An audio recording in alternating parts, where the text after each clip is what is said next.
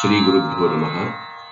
In order to view new uploads on Vedakosham YouTube channel, click on the subscribe button, click on the bell icon and on all notification option. In the last Yuga Dharma video, we learned how to earn punya, and which is very essential in Kali Yuga, because the amount of papas which we are knowingly or unknowingly doing in Kali Yuga can only be balanced or eradicated by doing adequate punya.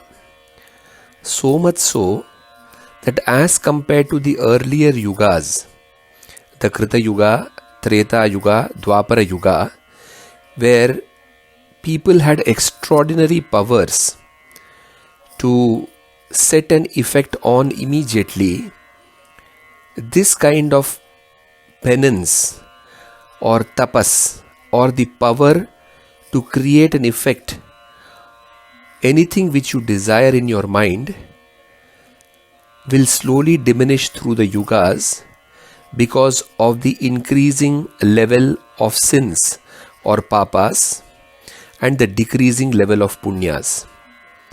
This beautiful shloka clearly tells us this. Krite tatshanikaha shapaha tretayam dashabhirdinaihi dwapare chaikamasena kalau samvatsarena tu. In Krita Yuga, if any person gives a shap or a curse to anyone, tatshanikaha shapaha, it will immediately take effect. You would have heard lot of stories in the Puranas where a sage curses a person to turn into stone or an animal or a tree, and it immediately happens the next second. Tretayam dashabhir dinaihi. In Treta Yuga already the dharma as well as the punya, because of the yuga prabhava or the effect of the yuga slowly getting diminished, any curse which is given will take effect only after 10 days in Treta Yuga.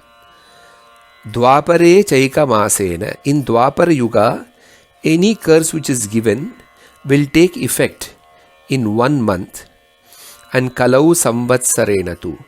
And in Kali Yuga, if someone has so much of power of penance with him and he has earned good amount of merits through his nitya karmanusthana and acharana, and has maintained himself as per shastras in Kali Yuga, if he curses a person, it will take effect after 1 year. So, apart from the person maintaining himself, it is also the time period of the yuga which will create a diminishing effect, because the entire world itself, there are so many ill things happening that it will also have some kind of effect on us and the way we behave. Therefore, the rishis warn us.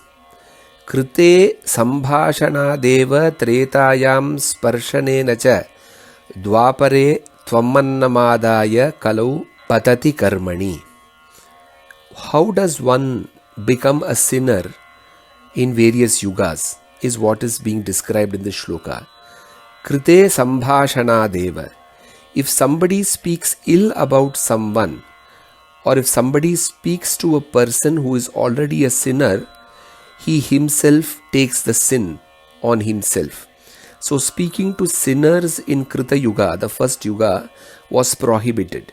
Anybody who commits a mistake, the people who want to ensure that they are maintaining their punya will not speak, because speaking itself causes diminishing punya or merits in the person. Tretayam sparshanena cha. In Treta Yuga, if somebody touches a person who is a sinner, the sin or some part of the sin will come to this person. Dwapare tvammannamadaya. In Dwapar Yuga, if this person eats in a person's house who has committed sin, the sin will come to him. And Kalau patati karmana.